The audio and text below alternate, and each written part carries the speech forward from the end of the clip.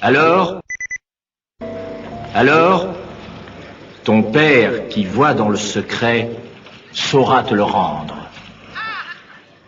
Lorsque vous priez, n'imitez pas les faux dévots qui aiment à prier dans les synagogues et dans les rues en remuant beaucoup d'air autour d'eux afin que tous se rendent compte de leur religion. Quand vous voudrez prier, entrez dans votre chambre et fermez-en la porte. Dieu vous écoutera dans le secret. Ce n'est pas l'amas de parole qui fait la prière vraie. Votre prière sera désormais celle-ci. Notre Père, qui es aux cieux, que ton nom soit sanctifié, que ton règne vienne, que ta volonté soit faite sur la terre comme au ciel. Donne-nous aujourd'hui notre pain de ce jour. Pardonne-nous nos offenses, comme nous pardonnons aussi à ceux qui nous ont offensés. Et ne nous soumets pas à la tentation, mais délivre-nous du mal. En effet, si vous savez pardonner, Dieu fera de même avec vous. Dans le cas contraire, attendez-vous à être traité comme vous traitez votre prochain. Ne jugez pas, et vous ne serez pas jugés. Vous serez mesurés à la mesure même que vous aurez adoptée pour les autres.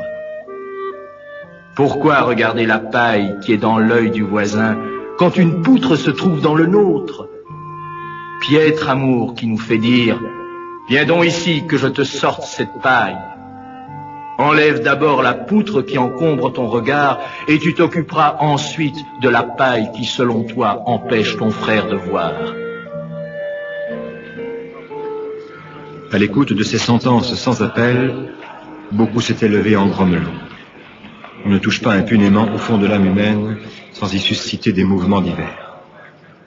Jésus allait quitter la cour du temple quand se présenta à lui, tout sourire dehors, l'un des pharisiens présents.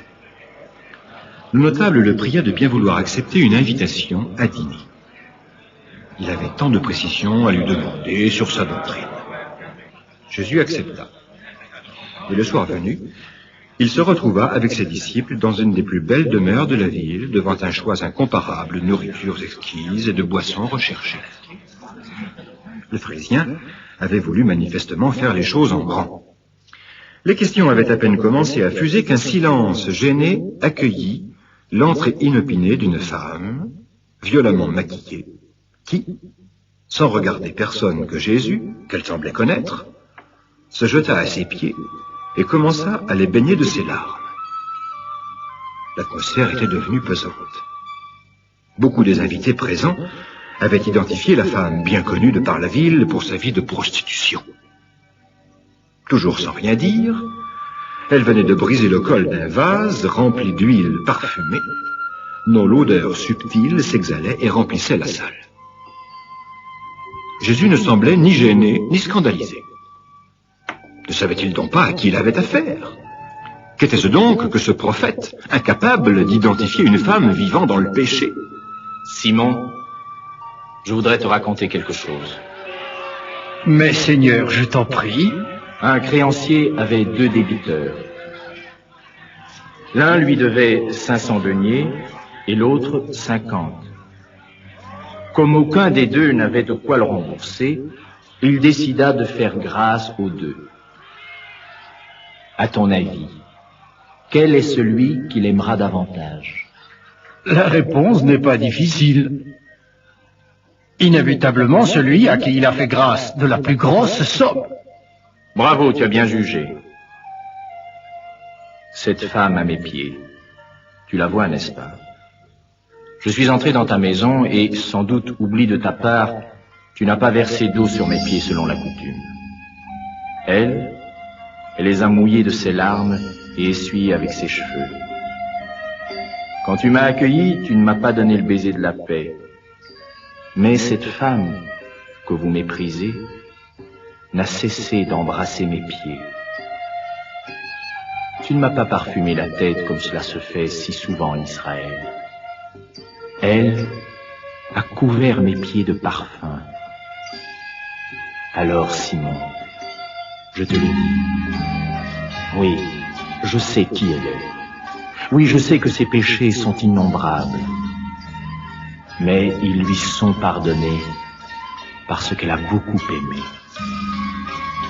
Celui à qui il est peu pardonné ne donne que peu d'amour. Femme, ta foi t'a sauvée.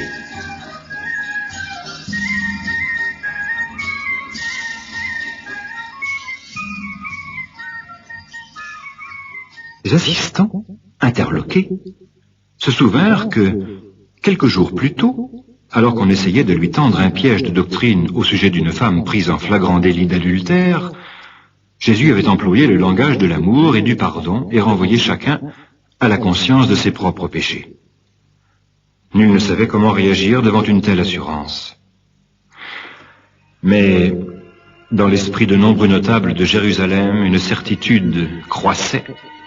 Face aux Nazaréens, un jour ou l'autre, il faudrait choisir.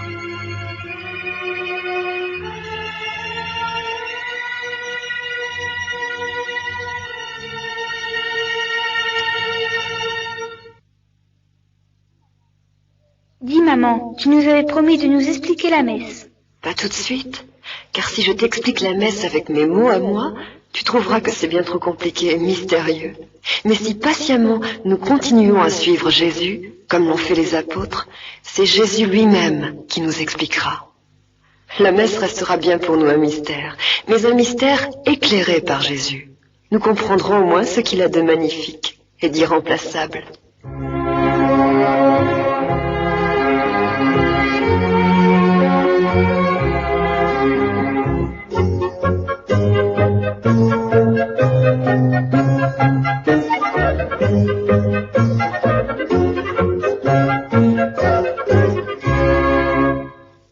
C'est pourquoi nous allons encore vivre avec Jésus pendant les 6 derniers mois de sa vie parmi les hommes. C'est long, 6 mois?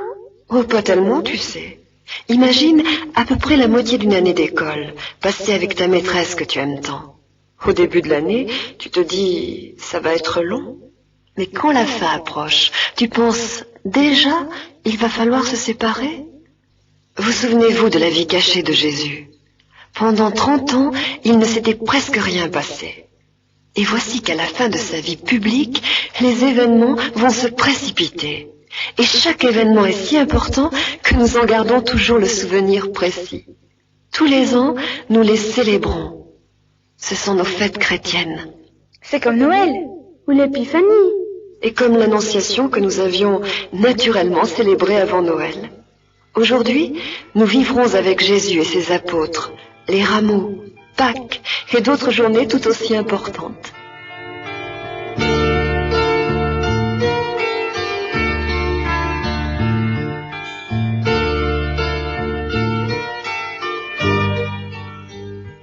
Donc, Jésus continue à guérir et à enseigner, à expliquer et à prédire. C'est quoi prédire? Prédire? C'est exactement dire avant, annoncer si tu veux des choses qui se passeront plus tard. Comme les prophètes alors? Oui, mais Jésus était généralement plus précis que les prophètes. Et il annonçait avec exactitude ce qui allait lui arriver à lui-même. Par exemple, il dit un jour à ses apôtres, « Le Fils de l'homme va être livré aux mains des hommes. Ils le feront mourir, et 3 jours après sa mort, il ressuscitera. » Mais ils ne comprenaient pas ces paroles et craignaient de l'interroger.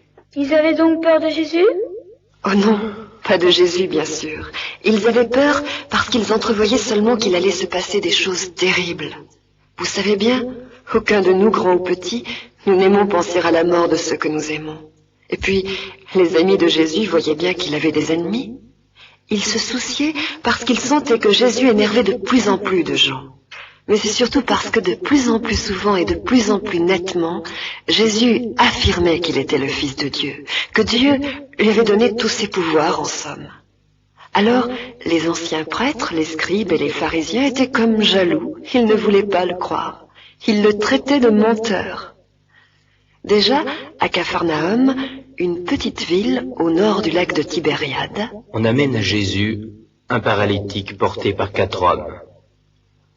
Ne pouvant le lui présenter à cause de la foule, ils défirent le toit au-dessus de l'endroit où était Jésus, et par l'ouverture, ils descendirent le grabat où était le paralytique. Jésus, voyant leur foi, dit au paralytique, « Mon fils, tes péchés te sont remis. » Or, il y avait là assis quelques scribes qui raisonnèrent ainsi dans leur cœur. Comment peut-il parler de la sorte? Il blasphème. Qui peut remettre les péchés sinon Dieu seul? il blasphème, il injurie Dieu. Crime impardonnable qui méritait la mort. Tout de même, moi je les comprends un peu. Ils voulaient sûrement que Jésus leur donne des preuves. C'est trop facile de dire « tes péchés, c'est comme si tu n'en avais pas fait ». Jésus savait bien ce qu'il pensait. Alors il leur a dit comme il te le dit à toi. Lequel est le plus facile? De dire à ce paralytique « tes péchés te sont remis » ou de lui dire « lève-toi et marche ». Et sans attendre leur réponse, pour leur montrer qu'il avait bien tout le pouvoir de Dieu, il dit à l'homme « lève-toi et marche ». Et l'homme se leva aussitôt, et prenant son grabat, il sortit devant tout le monde. Eh bien moi, je trouve ça normal, puisqu'il peut tout faire. Il peut guérir nos âmes, aussi bien qu'il guérissait les corps. Après tout, c'est pas tellement plus étonnant. Tu dis cela parce que nous acceptons ce mystère que Jésus soit à la fois un homme et Dieu. Mais imagine les scribes et les anciens. C'était tout de même bien difficile à accepter. Et comme en plus Jésus les grondait souvent, le plus simple pour eux était de le traiter de menteur et de chercher à le faire disparaître. Il n'avait qu'à se cacher. Il ne se cachait jamais longtemps. Il avait tant à faire encore. Mais vous voyez, à la fin de sa vie, Jésus a été un homme très discuté, comme on dit. Ce qui est sûr, c'est qu'il ne laissait personne indifférent. Ou bien les gens le détestaient et voulaient le faire mourir, ou bien ils l'aimaient tellement qu'ils voulaient en faire leur roi. Sanctus, Sanctus, Dominus Deus Sabaoth, plenis anceli et terra gloria tua. Hosanna in excelsis, benedictus qui venit in nomine Domini. Hosanna in excelsis, in excelsis, in excelsis. Lorsqu'ils approchèrent de Jérusalem vers le mont des Oliviers, Jésus envoya 2 disciples. Allez au village qui est en face, et en y pénétrant, vous y trouverez à l'attache un ânon que personne au monde n'a jamais monté. Amenez-le après l'avoir détaché. Si quelqu'un vous demande « Pourquoi détachez-vous cet ânon ?», vous direz ceci « C'est le Seigneur qui en a besoin ». Ils trouvèrent les choses selon ce qu'il leur avait dit.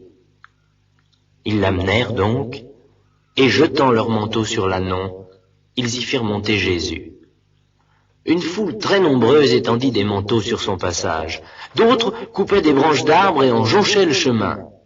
Tous ces gens qui marchaient devant et derrière criaient « Béni soit celui qui vient, le roi, au nom du Seigneur, Hosanna au plus haut des cieux. » J'ai déjà entendu cette histoire-là. On la lit au rameau.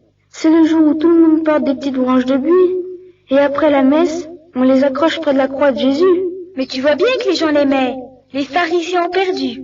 Ils ont perdu la première bataille, mais pas la guerre qu'ils livrent à Jésus. En fait, cette journée, c'est la dernière joie de Jésus. Vous savez combien Jésus est heureux quand il trouve la foi chez les hommes. Mais il sait aussi comme nous changeons facilement d'avis. alors il sait que tous ces gens qui l'ont reconnu et loué seront les mêmes qui le maudiront bientôt. C'est pour cela que les rameaux, en réalité, marquent le début de la Semaine Sainte. Pourquoi l'appelle-t-on comme ça cette semaine? Parce que c'est la semaine de la mort de Jésus. Oui, mais cette toute petite semaine qui lui reste, il va l'employer à redire à ses apôtres et à tous ceux qui le suivent encore tout ce qui lui paraît le plus important. Et vous, dites-moi ce que vous avez retenu de plus important, et je vous dirai si Jésus en a parlé pendant la Semaine Sainte. D'abord, il faut s'aimer. Oui, Aimez-vous les uns les autres, comme je vous ai aimé. Vous aussi, aimez-vous les uns les autres. C'est à cela que tous reconnaîtront que vous êtes mes disciples, si vous avez de l'amour les uns pour les autres. et il redit encore que c'est sur notre amour que Dieu nous jugera. Parlant du jour où Dieu nous jugera, Jésus racontait « Alors, le roi dira à ceux qui sont à sa droite, « Venez les bénis de mon Père, recevez en héritage le royaume qui vous a été préparé dès l'origine du monde. Car j'ai eu faim, et vous m'avez donné à manger. J'ai eu soif, et vous m'avez donné à boire. J'étais étranger, et vous m'avez accueilli. Nu, et vous m'avez vêtu. Malade, et vous m'avez visité. J'ai été en prison, et vous êtes venus me voir. » Alors les justes lui répondront, « Seigneur, quand est-ce que nous t'avons vu avoir faim et que nous t'avons donné à manger, ou avoir soif et que nous t'avons donné à boire ?» Le roi leur répondra, « Vraiment, je vous le dis, autant de fois que vous l'avez fait au moindre de mes frères, c'est à moi que vous l'avez fait. »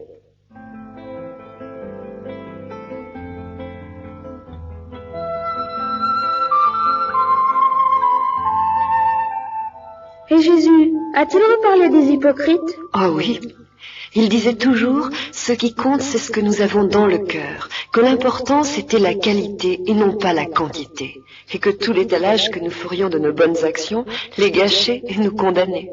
L'orgueil non plus, il ne l'aimait pas. Non. Mais au lieu de nous parler de l'orgueil, il nous a expliqué ce qu'était le contraire de l'orgueil, l'humilité. Justement, cela se passait le jeudi saint, alors qu'ils allaient se mettre à table. Avant le repas, on se lavait les mains et les pieds. C'est qu'en ce temps-là, on mangeait non pas assis comme nous, mais allongés sur des divans. Comme les Romains. Oui, comme les Romains à la même époque. Alors bien sûr, on voulait avoir les pieds tout propres, mais comme on marchait généralement nu-pieds, ils étaient si sales de la poussière des chemins qu'on préférait laisser aux serviteurs ce travail désagréable. Or, ce jour-là, Jésus, ayant versé de l'eau dans un bassin, se met à laver les pieds de ses disciples et à les essuyer avec un linge. Vous imaginez l'étonnement des apôtres? Même Pierre ne voulait pas. Ils étaient gênés? Oui. Mais Jésus reprit ses vêtements, se remit à table et leur dit, « C'est un exemple que je vous ai donné, afin que vous fassiez comme je vous ai fait. Oui, vraiment, je vous l'affirme, le serviteur n'est pas plus grand que le maître, ni l'envoyé plus grand que celui qui l'envoie. » Ça veut dire qu'il n'y a pas de travail déshonorant? oui, mais aussi que même si nous devons commander, nous devons le faire pour servir les autres. Ouvriers ou grands personnages, petits ou grands, pauvres ou riches, nous avons la même valeur aux yeux de Dieu. Et tous, nous devons servir comme Jésus l'a fait. Jésus, il nous avait aussi recommandé de prier. Tu as raison. Aussi, a-t-il rappelé l'importance de la prière? Ayez foi en Dieu. Je vous le dis, quoi que vous demandiez dans vos prières, croyez que vous l'avez reçu et vous l'obtiendrez. Jésus nous a même donné l'exemple, car il a prié lui aussi. Dieu, son Père. Notre Père qui es aux cieux, que ton nom soit sanctifié, que ton règne vienne, que ta volonté soit faite sur la terre comme au ciel. Donne-nous aujourd'hui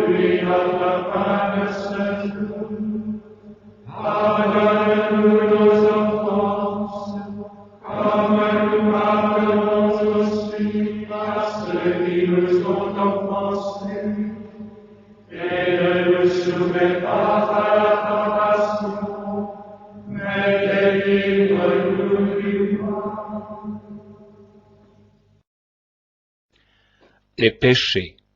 Écoute-moi, dit Jésus, et ne crains pas. Personne n'est exempt de la possibilité de commettre le péché. Mais si tu en connaissais la laideur, tu mettrais certainement toute ton attention à n'y point tomber, et tu te surveillerais bien pour fuir n'importe quelle occasion proche ou lointaine, afin de ne pas offenser ton Dieu en pensée, en parole et en action. C'est pourquoi défie-toi toujours de toi-même, car grande est la faiblesse humaine. Défie-toi toujours de toi-même, afin que tu n'aies pas à connaître l'abattement, ni à éprouver d'amères désillusions pour avoir trop présumé de toi et fondé sur toi ta propre sécurité. Sois prudent, agis comme une personne à qui l'on aurait confié la garde d'un trésor très précieux et qui, le perdant, en perdrait la vie. Il faut de la volonté. Les occasions qui environnent l'homme sont très nombreuses. Je veux dire les occasions de péché, et l'on s'en garde difficilement. Il faut beaucoup de bonne volonté et le secours du Seigneur. De même qu'il faut de la volonté pour commettre un péché, de même en faut-il pour les fuir. De ce choix dépend la faculté de faire le bien ou le mal, de faire le mal ou de l'éviter. Vous êtes libre, c'est vrai, mais vous ne pouvez être indifférent, comme Dieu lui-même n'est pas indifférent. De ce choix, en effet, dépend votre bonheur ou votre malheur, et surtout les péchés offensent celui qui, après avoir créé et racheté, ne désire pas autre chose que de vous voir éternellement heureux avec lui au ciel. Réfléchis donc attentivement. Qu'est-ce que le péché? C'est s'éloigner de Dieu, c'est se tourner vers les créatures pour y trouver des satisfactions illicites ou défendues. C'est faire de son moi une divinité, en refusant de soumettre à la loi établie par Dieu son esprit avec ses pensées, ses goûts, ses actions, son cœur avec ses sentiments. C'est dire à Dieu par les actes plus que par les mots, je ne veux pas te servir. L'homme a été placé dans le monde pour connaître, servir, aimer le Seigneur Dieu. Connaître Dieu à travers ses œuvres, à travers la révélation venue de Dieu même, et de moi, dit Jésus, le Fils de Dieu incarné. Les œuvres merveilleuses de Dieu, il suffit d'ouvrir les yeux pour les voir, et il suffit de la simple raison pour remonter au Créateur à partir d'elle, de même qu'en voyant un beau tableau, tu penses à celui qui l'a peint. Il y a la révélation parvenue jusqu'à vous par l'intermédiaire des personnages de l'Ancien Testament. Ceux-ci reçurent directement de Dieu ses commandements et ses enseignements, et ils les transmirent dans ce livre inspiré, qui sont comme une grande lettre que Dieu écrit à l'humanité. Et il y a cette partie de la révélation que je vous ai donnée durant ma vie mortelle, dit Jésus, en vous faisant connaître quelques vérités que vous n'auriez pas pu découvrir tout seul. C'est l'Église, fondée par moi, dit Jésus, qui est la dépositaire de cette doctrine et de cette révélation. Il y a la loi. Or donc dans l'Église, avec la doctrine, il y a la loi et avec elle les moyens de pouvoir l'observer. Grâce à l'Église, vous pouvez donc connaître Dieu, ses mystères, ses attributs et ses lois. Connaissant Dieu, et vous les connaîtrez plus à fond par l'étude des vérités que l'Église vous enseigne, vous l'aimerez. L'amour vient de la connaissance. Voilà pourquoi je te dispense ces leçons. Je veux réveiller en toi et en tes proches cet amour de Dieu qui est un devoir, un bonheur, même en cette vie, grâce à la connaissance de vérités éternelles. Plus on connaît Dieu et plus on l'aime. Il ne peut en être autrement. De cet amour découle le désir de le contenter en tout, en accomplissant non seulement ses commandements, mais encore ses conseils, et en prévoyant ses désirs, si c'était possible. Quand l'amour de Dieu est puissant dans une âme, presque automatiquement, celle-ci est portée à l'héroïsme, d'où la foule des saints, celle des martyrs, qui n'est certainement pas limitée au nombre de ceux que vous fêtez habituellement, mais qui, en une foule innombrable, remplissent les sphères célestes. Ainsi devraient vivre les hommes, en s'efforçant de connaître Dieu, de l'aimer de tout leur cœur, d'obéir à ses lois. De là découlerait l'harmonie dans les âmes, dans les familles et dans le monde. Entraîné vers le bas. Mais après le péché de ses premiers parents, l'homme naît portant en lui des inclinations mauvaises qui l'orientent vers le mal. Fait pour le ciel, il se sent entraîné vers le bas. La concupiscence et l'attrait des plaisirs de la terre lui font oublier la raison pour laquelle il a été créé et les buts qu'il doit atteindre. De son côté, le démon, s'étant rébellé contre Dieu, le hait, et il assouvit sa rage en tentant l'homme et en s'efforçant par tous les moyens d'en faire son esclave. Il est juste de dire, celui qui commet le péché est esclave du péché. Cela est certain, car il est aussi esclave de Satan. Celui qui commet le péché perd sa liberté. Et s'il ne cherche pas immédiatement à y remédier, en se tournant vers Dieu et en recourant au sacrement pour retrouver la grâce perdue, il tombera d'un péché dans l'autre. Il fera comme celui qui, dans une descente rapide et à la suite d'un faux pas, roule le long de la pente jusqu'au fond du précipice. Fais attention donc, car ce que je te dis à toi, je le dis à tout le monde. Faites attention aussi aux petites choses. Regagnez tout de suite le terrain perdu, revenez sur vos pas, invoquez le secours de Dieu et sa miséricorde, demandez pardon et reprenez la route avec bonne volonté dans le désir d'observer sa loi. Quelle désolation! Pour connaître la laideur du péché, vous devriez pouvoir le voir avec mes yeux. Je pourrais vous parler de lui parce que je sais combien il m'a coûté. La mort, et quelle mort! Mais je peux vous donner encore une pâle image humaine qui n'apparaît pas trop difficilement à vos yeux. Avez-vous quelquefois observé les champs dorés des blés mûrs? Eh bien, tout à coup, le ciel s'obscurcit, les éclairs brillent, les coups de tonnerre retentissent et se déchaînent, du ciel se déversent des cataractes de grêle et de pluie, bien vite tout est détruit. Le blé doré ne jaunit plus sur sa tige, mais c'est un amas de choses indéfinissables. Quelle désolation! Même ainsi, tu n'as qu'une pâle idée de ce qui s'est produit dans les âmes dévastées et ruinées par le péché. Si l'âme à ce point misérable et ruinée meurt en cet état, sa ruine est éternelle. Seul le recours à Dieu que peut faire cette âme, ou l'aide que d'autres lui obtiennent en priant pour elle, peuvent la relever. Je vais te dire jusqu'où va la grandeur du Seigneur dans sa bonté et miséricorde. Eh bien, si un pécheur, tombé dans les plus grandes infamies, s'adresse à Dieu et lui demande sincèrement pardon, Dieu lui pardonne, et en lui pardonnant, il oublie ses péchés si grands et si nombreux soient-ils. Mais il n'oublie pas le bien que son enfant avait accompli avant de pécher. C'est pourquoi Dieu lui en donne le mérite. Bien plus, il le lui rend. Si pendant qu'il se trouve en état de péché, le pécheur ne peut rien gagner pour sa vie éternelle, parce que sa condition d'ennemi de Dieu ne le lui permet pas, Dieu cependant permet que rien ne se perde de mérite que l'âme avait accumulé avant le péché.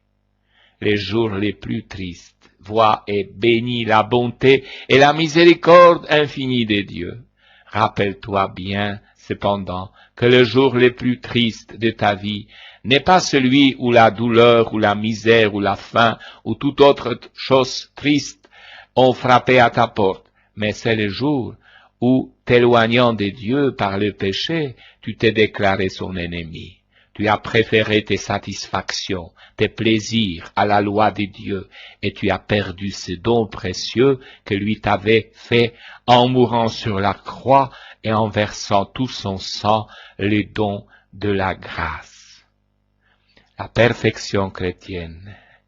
Écris, écoute, dit Jésus, ne sois pas trop pressé de savoir quel sera ton degré d'élévation spirituelle, car personne n'est en mesure de l'évaluer, mais tend chaque jour davantage à cette perfection à laquelle tous les chrétiens sont appelés précisément parce qu'ils sont chrétiens. Soyez parfaits, comme votre Père céleste est parfait. Répétais-je, dit Jésus à tous, au cours de ma vie mortelle. Et j'ajoutais que la perfection n'est pas une qualité facultative, mais obligatoire. L'homme est perfectible, et de même que physiquement, il doit grandir pour ne pas être anormal, de même spirituellement, il doit se perfectionner pour ne pas demeurer un éternel enfant. Il est vrai aussi que je vous ai dit que si vous ne deveniez pas comme de petits enfants, vous n'entreriez pas dans le royaume des cieux, mais cela doit être compris pour les vertus que doit posséder l'homme et qui sont l'humilité, la simplicité, la promptitude à pardonner et toutes les autres qualités propres à un bon enfant. Il ne faut certainement pas prendre cette parole au sens de rester de petits enfants, c'est-à-dire de ne pas grandir dans la vie spirituelle, ce qui serait une anomalie comme pour la vie physique. Tout dans le monde naît, grandit, se développe et atteint la maturité. Il doit en être ainsi également sur le plan spirituel. L'obligation d'étendre à. Tu ne sais pas à quel âge tu parviendras, parce que tu ignores quand viendra la mort. Cependant, tu ne t'assieds pas pour l'attendre. De même, tu dois te comporter ainsi dans la vie spirituelle.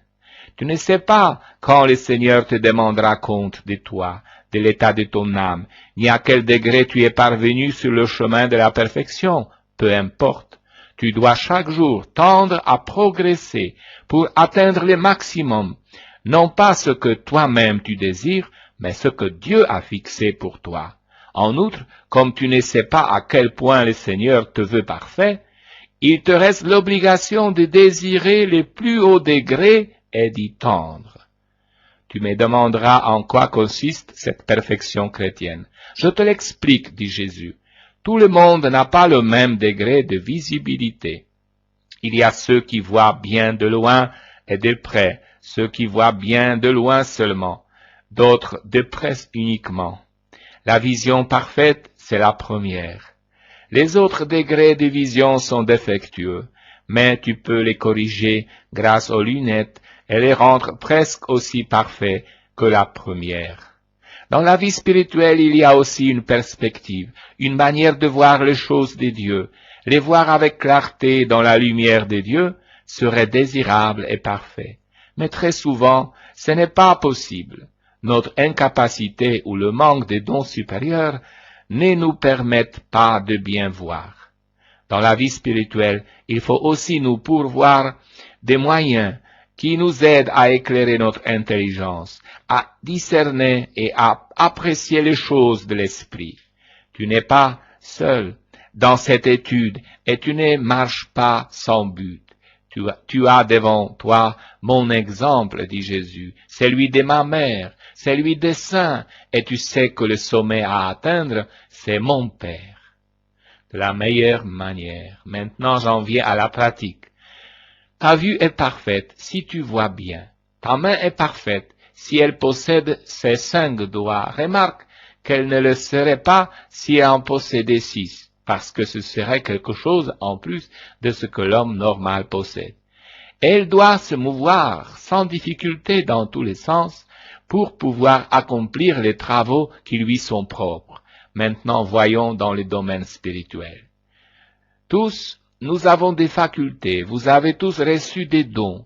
Ne demande pas des dons extraordinaires, n'y prétends pas, mais utilise ceux que tu possèdes de la meilleure manière possible. Voilà la perfection. Tu as reçu les dons de la grâce, efforce-toi de la conserver et de l'augmenter. La vie de la grâce est une vie d'union avec Dieu. Cherche à rendre cette union toujours plus profonde, sincère et parfaite. Oui, au fond, la perfection est là tout entière. Vivre en Dieu, avec Dieu et pour Dieu. Vivre avec lui qui vit en toi. Par la grâce, ne faire qu'un avec lui. Voilà la perfection, se fondre en lui. Et plus cette union est profonde, plus tu deviens parfait. Ce qui veut dire que tu deviens saint. La grâce opère en toi une transformation telle que je puis te l'expliquer ainsi. Tu mets rougir au feu un morceau de fer, mais quand il est rouge, tu ne le distingues plus du feu lui-même. Il prend la même splendeur, et la même flamme les dévore. Ainsi est l'âme en état de grâce. Elle se plonge en son Dieu, et elle acquiert une splendeur divine. Quelques saints à qui j'ai accordé, dit Jésus, de pouvoir contempler une âme en état de grâce, se sont prosternés jusqu'à terre pour l'adorer, croyant se trouver en la présence de Dieu lui-même. La vie de la grâce, vie d'union avec Dieu, est une vie de perfection, car elle requiert, pour être sauvegardée, une vigilance continuelle sur les sens, sur les inclinations, sur les défauts. Elle réclame aussi des moyens pour être augmentée. Ces moyens, tu les connais, ce sont les sacrements qui, reçus avec dévotion et avec désir, apportent à l'âme une amélioration spirituelle. La méditation. Mais je vais t'indiquer un autre moyen que la plus grande partie des chrétiens oublie et qui est au contraire un moyen puissant pour atteindre la perfection. J'entends te parler de la méditation et de la lecture spirituelle. La méditation est comme la nourriture spirituelle de l'âme. Par elle, tu mets en parallèle tes vertus et celles de Dieu et des saints qui l'ont déjà rejoint et tu t'efforces de les imiter. Par la méditation, tu fais tiennes les vérités éternelles, tu donnes aux choses leur juste valeur, tu révèles à tes yeux tes propres défauts, ce qui peut difficilement faire une âme superficielle, et les connaissant, tu peux les combattre. Elle est grande, l'utilité de la méditation, pour atteindre la perfection.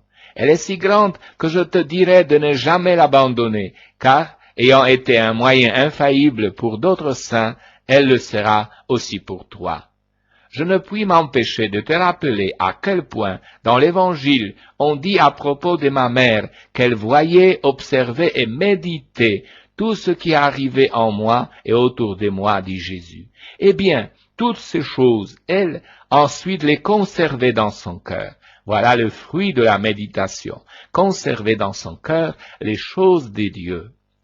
Ma mère, dit Jésus, les conserva si bien qu'après ma mort, elle put être celle qui enseigna les apôtres, la mère de l'Église naissante, et elle fut en mesure de répéter aux premiers chrétiens les enseignements que je lui avais moi-même donnés.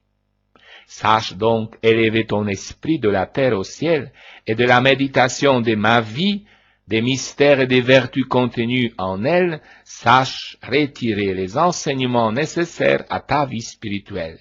Sache y progresser jour après jour pour la gloire de Dieu et pour ta gloire future et éternelle. Jésus me dit, me voici à toi pour la leçon habituelle. Fais attention à tout ce que je te dirai et n'oublie pas mes paroles. Je te parlerai de moi-même, Fils de Dieu fait homme. J'existais depuis toute éternité, comme le Père et l'Esprit Saint, dans la plus parfaite harmonie et le plus parfait amour. Seul le désir d'épancher notre amour nous a portés à créer le monde et à le peupler de créatures raisonnables qui, en échange du don de la vie qu'elles avaient reçu, don d'amour, nous aimeraient elles aussi. En récompense de cet amour, après avoir vécu sur la terre, parlant avec Dieu et jouissant de ses dons naturels et préternaturels, enrichis de la grâce qui les rendait saints et fils adoptifs de Dieu, les hommes viendraient jouir de sa vue et vivre dans sa vie au paradis. Tu sais que l'homme fut créé libre et fut soumis à l'épreuve. Tu sais que les démons tenta Ève et qu'elle tenta l'homme, Adam. C'est pourquoi ils tombèrent tous les deux misérablement. Ils perdirent ainsi tout ce qu'ils avaient reçu pour eux-mêmes et pour les autres. Dans le monde entrèrent le péché, la mort, la misère, la faim, la discorde, les maladies, la douleur, et toutes ces choses que toi-même tu peux constater. Ce fut une ruine véritable et irréparable. Mais voici que devant tant de mal, Dieu bien suprême fut ému de pitié, et ce que l'homme ne pouvait faire, il pensa le faire lui-même. Je t'explique. Par le péché, l'homme était devenu l'ennemi de Dieu. Il avait perdu la grâce et le droit au paradis. Par ses seules forces, il n'aurait pas pu se relever du gouffre dans lequel il était tombé. La main de Dieu. Il fallait encore la main de Dieu. Dieu lui-même devait réparer l'offense que l'homme lui avait faite par sa désobéissance. Et voici que le Père m'envoya, moi, dans le monde, afin que, me revêtant de son humaine nature, je puisse par mon sang, par le sacrifice de ma vie, et par mes mérites, réparer l'offense faite à Dieu, et rouvrir les portes du ciel à l'homme qui aurait été perdu irrémédiablement.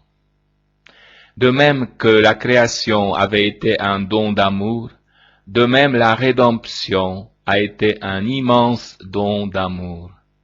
Tu sais quelle a été ma vie mortelle, à quelle privation, à quelle souffrance je me suis soumis, quelle mort j'ai rencontrée. Tout était inspiré par un amour infini, par le désir de sauver tout le monde. Durant ma vie mortelle, par l'exemple et par la parole, j'ai enseigné comment l'homme doit penser et agir, comment il doit aimer et pardonner, comment il doit vivre et mourir pour me rejoindre dans la gloire. Mon évangile, c'est-à-dire la bonne nouvelle, c'est le code de tous les temps et pour tous les hommes. C'est un message d'amour pour toutes les créatures. Ne néglige pas, dit Jésus, la lecture de l'Évangile. Écoute-le quand on l'énonce, comme si je le faisais moi-même de vive voix, et mets-le en pratique. Sois un Évangile vivant. Le monde ne croit pas aux fables, il croit davantage aux faits. Agis selon mes enseignements, ils sont tellement simples. Tu peux les résumer en ces 2 commandements. Aime Dieu de tout toi-même, et aime le prochain comme toi-même pour l'amour de Dieu. Et cela revient à dire, place Dieu au cœur de ta vie, et fais au prochain tout ce que tu voudrais que l'on fît pour toi. J'ai passé sur la terre en faisant du bien, dit Jésus. Fais de même, toi aussi. Prépare-toi un lit de mort riche de bonnes œuvres que tu auras accumulées jour après jour. Aucune journée ne doit en être dépourvue. Le matin, décide de ce que tu feras durant le jour. Le soir, examine si tu as fait ce que tu t'étais proposé. Répands le bien, aime et aide tout le monde. Si tu ne possèdes pas de richesses, donne les richesses spirituelles qui viennent de ta parole, de ta prière et de ton affection. Si le soir, en t'examinant, tu estimes que tu as aimé Dieu et que tu as fait pour ton prochain tout le bien que tu pouvais, demeure serein. Au dernier de tes soirs, tu rencontreras mon visage serein, dit Jésus. Et moi-même je te dirai, viens, béni de mon Père, viens jouir de la récompense qu'il t'a préparée. Je te fais une dernière recommandation. Mets de l'attention dans ce que tu fais pour l'accomplir le mieux possible. De moi, l'on a pu dire que j'ai bien fait toutes choses. Fais de même, toi aussi. Mets toute ta bonne volonté à accomplir chaque chose, même la plus indifférente ou la plus petite. Efforce-toi surtout dans les pratiques de piété et dans les choses de Dieu, de les accomplir avec amour et avec attention, avec la seule pensée de plaire à Dieu. La perfection chrétienne est un but que l'on peut atteindre en agissant ainsi, et qui apporte des bienfaits à la vie humaine elle-même. Un travail bien fait ne devra pas être refait et apportera des avantages de temps et de la satisfaction, même au plan matériel. Ainsi tes prières et tes bonnes œuvres, bien faites, seront agréables au Père et à moi, dit Jésus, et dignes d'être exaucées et dignes d'une récompense éternelle. Marie, médiatrice de toute grâce. Écoute-moi bien, dit Jésus, je suis ici pour t'instruire sur une chose de particulière importance. Je te parlerai de la puissance de Marie, comme médiatrice de toute grâce. Je vais te faire connaître en partie ma sainte maman. Comme l'aurore précède le soleil, ainsi la naissance de ma maman marqua mon arrivée dans le monde. Il avait été annoncé dès le commencement du monde comme celle qui écraserait la tête de Satan. Les prophètes en parlèrent quand ils dirent que je naîtrais d'une vierge. Les femmes belles, sages et prudentes de l'Ancien Testament l'ont préfiguré.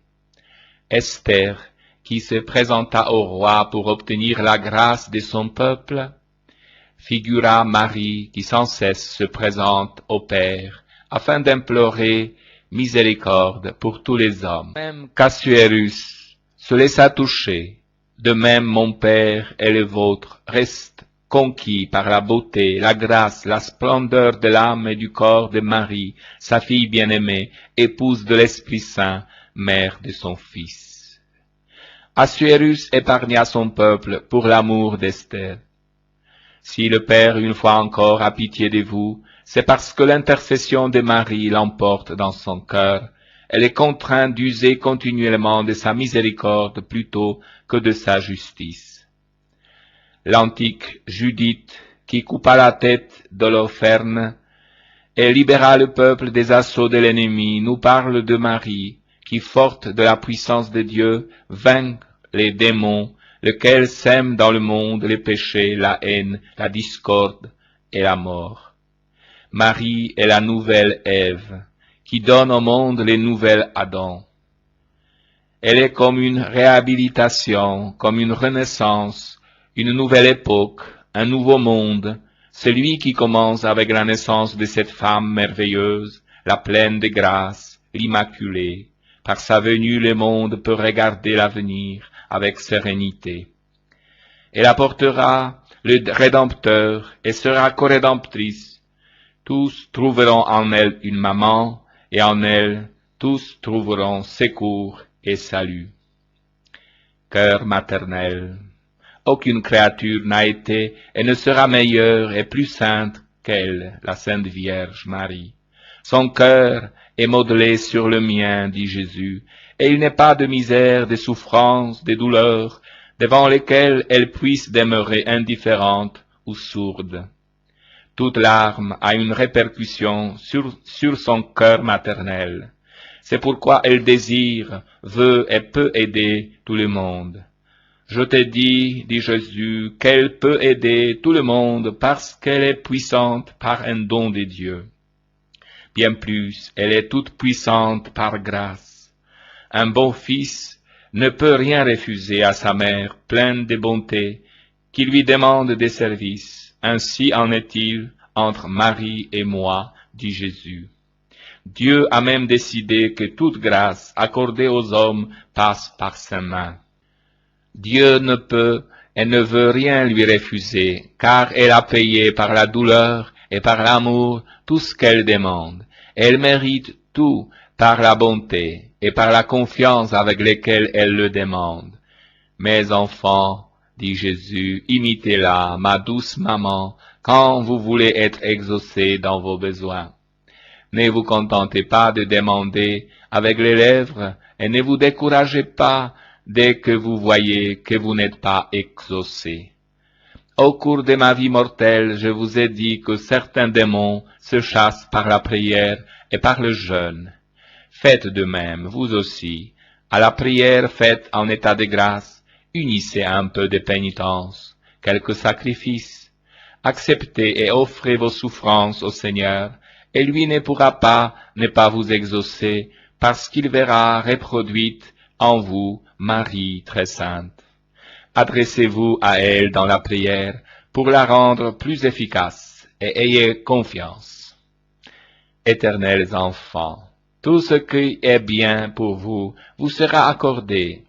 Vous n'êtes pas en mesure de juger si ce que vous demandez est bon ou mauvais pour vous. Un petit enfant ne se rend pas compte que s'il veut jouer avec un couteau, sa maman peut le lui défendre parce que c'est dangereux. Il pleure et se désespère.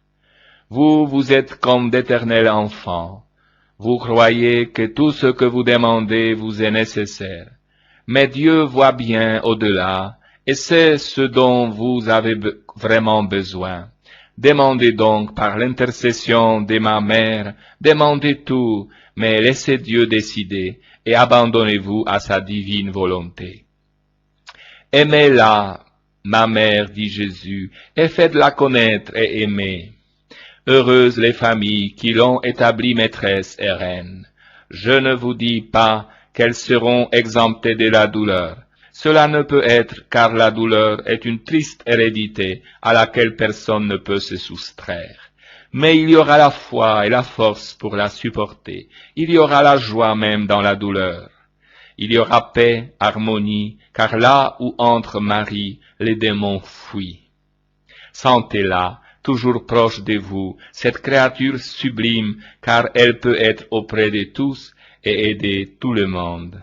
Soyez sûrs de son amour. Vous êtes tous ses enfants. Elle vous aime tous immensement. N'en doutez jamais. Ne dites jamais ces phrases qui sont comme des blasphèmes. La Vierge ne nous écoute pas. La Vierge nous a abandonnés. Non, mes enfants, dit Jésus, elle n'abandonne jamais personne, ma mère, pas même ceux qui s'éloignent d'elle. Au contraire, elle les poursuit avec insistance pour qu'ils reviennent. Elle tient compte de tout ce que l'on fait pour elle, même si vous le faites une seule fois, et si une seule fois vous l'invoquez, elle ne l'oublie plus. Elle est la maman des mamans, mais surtout elle est la maman des dieux, et de cette dignité dérive son pouvoir au ciel, sur terre et dans les abîmes. La sainteté. Écoute-moi bien, dit Jésus. La vie passe vite et arrive la reddition des comptes. Songe à bien utiliser cet argent qui t'a été donné, l'argent de la vie.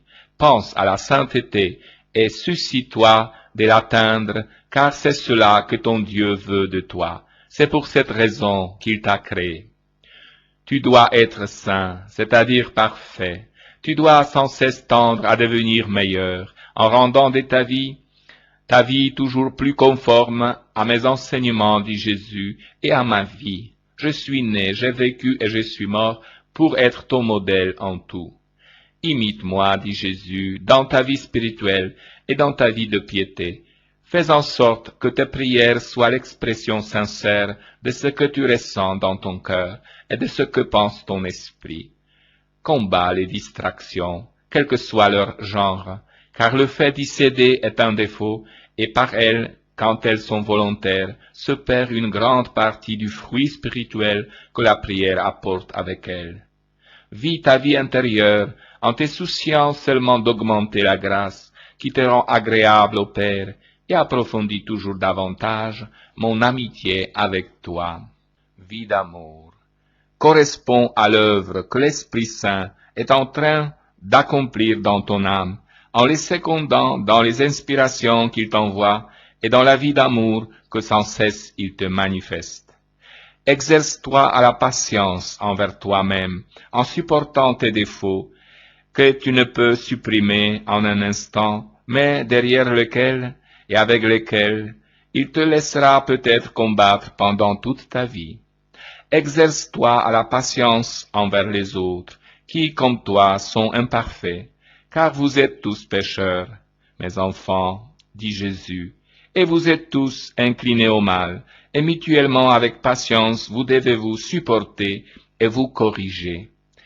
Exerce-toi dans l'humilité, vertu si chère à mon cœur, dit Jésus, et si difficile à pratiquer, car l'amour-propre pointe toujours en tout.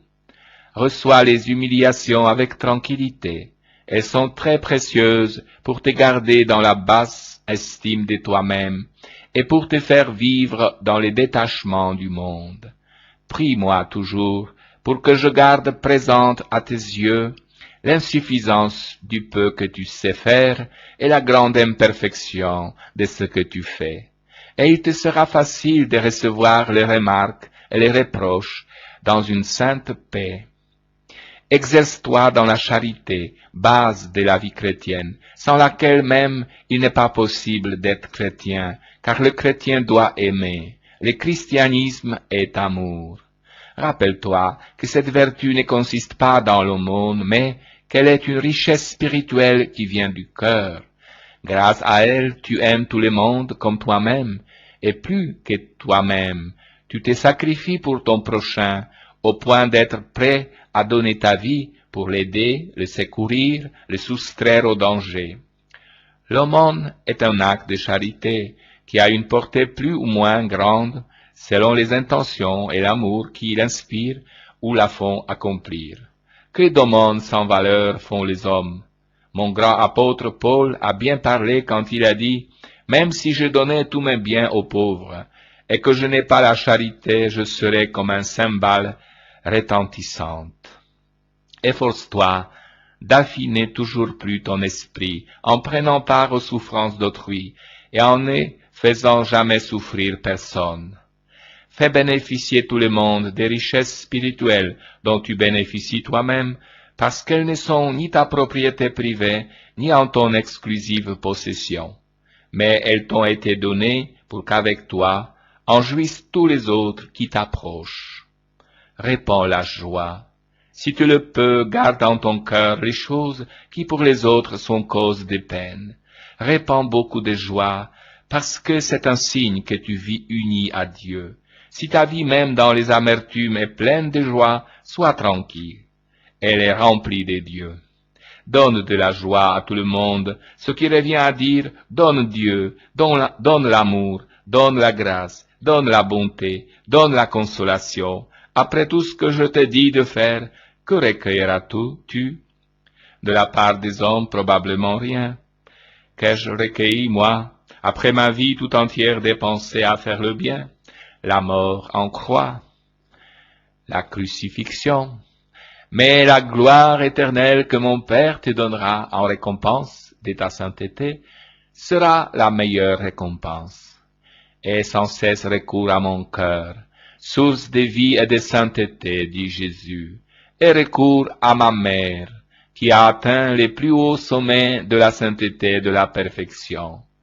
Avec notre aide et l'exemple de tous les saints qui ont vécu la même vie que toi et ont atteint les plus hauts sommets, tu pourras marcher toi aussi, ou poursuivre cette route qui, si elle conduit au calvaire, se termine cependant par la résurrection et par la vraie vie. Invocation, Jésus-Marie, détachez-moi de tout, de tous, et surtout de moi-même. Donnez-moi votre amour, votre grâce, montrez-moi votre volonté, et donnez-moi la force de l'accomplir, et je serai